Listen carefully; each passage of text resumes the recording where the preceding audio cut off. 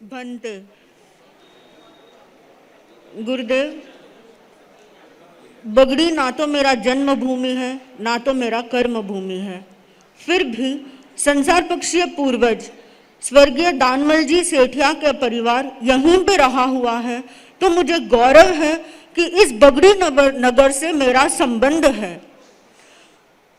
गुरुदेव, आपने फरमाया था कि आचार्य भिक्षु का 3 घटना उनके जीवन में ऐसी घटित हुई है जो बगड़ी नगर से संबंधित है।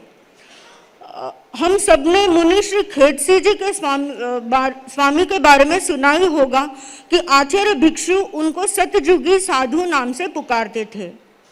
गुरुदेव, मैं आपका ध्यान उस साध्वी के प्रति भी आकर्षित करना चाहती हूँ जो बगड़ी से ही संबंधित हैं। वे हैं साध्वी श्री नगान जी। साध्वी श्री नगान जी बगड़ी के हैं, आचार्य भिक्षु के हाथ कर कमल से दीक्षित हैं। वे वेणीराम जी स्वामी के सगी बहन थी और उनकी विशेषताओं को देखते हुए आचार्य श्री भारमल जी ने उनको सतयुगी साध्वी नाम से पुकारा था। पूज्य प्रवर, तेरापन धर्म संघ में इतनी साध्वियां हुई है, लेकिन शायद एक मात्र साध्वी श्री नगान जी ही ऐसी साध्वी रही होंगी जिसको आचार्यों ने सतयुगी नाम से पुकारा था। पूज्य प्रवर, बगड़ी के लोग बहुत उत्साही हैं और उन सबके मन में इतना उत्साह है, आपके पधारने से चाहे एक ही दिन के लिए आप प्रवास के लिए पधारे हैं, फिर भी उनके मन में ऐसा है कि हम सब आए यहाँ पे। गुरुदेव, मैं आपसे करबद्ध निवेदन करती हूँ कि आप कभी आगामी वर्षों में एक चौमासा बगड़ी में अवश्य कृपा कराएं। गुरुदेव, बगड़ी की भूमि एक अभिनिष्क्रमण की भूमि है, जहाँ पे आचार्य भिक्षु ने सर्वप्रथम, जब वे शैशव काल माने या किशोर अवस्था माने, वहाँ से अभिनिष्क्रमण करके गृहस्थ यानी उनका ससुराल यहीं पे है, तो उनका पानी ग्रहण भी यहीं के श्राविका सुगनी बाई के साथ हुआ था, तो उनका एक प्रकार का अभिनिष्क्रमण हुआ है। दूसरी बार जब उन्होंने गृहस्थावस्था को छोड़ के आत्मोन्नति की ओर अग्रसर हुए, तब आचार्य श्री रघुनाथ जी के पास उन्होंने दीक्षा ग्रहण की, तो गृहस्थ धर्म को छोड़ के अभिनिष्क्रमण कर दिया।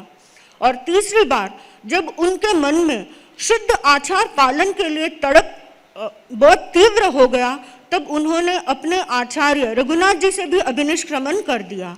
इस प्रकार ये बगड़ी की भूमि साहस की भूमि है, जहाँ पे अपने सबके आराध्य आचार्य भिक्षु ने फौलादी संकल्पों के साथ जेठ सिंह जी की सत्री में प्रथम रात में प्रवास किया था।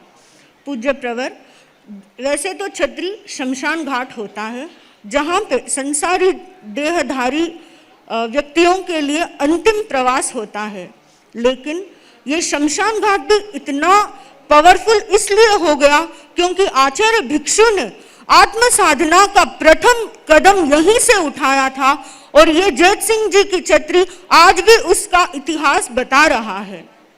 पूज्य प्रवर, हम आप श्री से, मैं और साध्वी सार्थक प्रभा जी, हम दोनों बहनें हैं, हम आप श्री से यही आशीर्वाद चाहते हैं कि जिस प्रकार साध्वी श्री नगान जी इस धर्म संघ में सेवा देती हुई सतयुगी साध्वी नाम से पुकारी गई, हमारे भीतर भी ऐसी विशेषताओं का विकास हो, हम भी इस धर्म संघ की सेवा में अनवरत लगे रहें, आप श्री की कृपा पात्र हमेशा बने रहें। इसी आशाओं के साथ ओम अर्हम्।